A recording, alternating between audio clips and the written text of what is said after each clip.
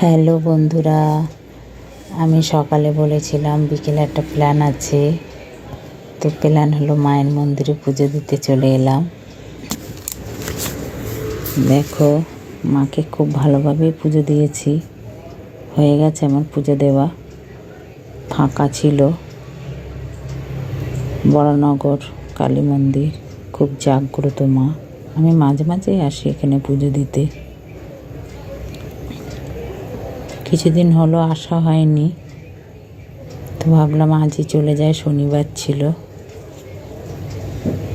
Duty ফেরার পথে পুজো দিতে গিয়েছিলাম। ফাঁকাই ছিল, একদম ফাঁকা। এখানে ধূপকাঠি মোমবাতি জ্বালিয়েছি।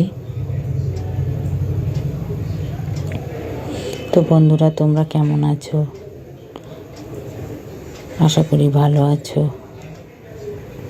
আর তোমাদের ভালোবাসায় আমিও ভালো আছি।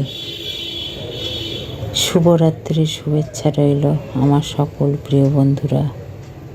তোমরা যে যেখানে আছে ভালো থাকো, সুস্থ থাকো, এটাই মায়ের কাছে কামনা করি। দেখো কি সুন্দর মাকে সাজিয়েছে। টাটা, আবারও দেখাবে কোনো ভিডিওতে।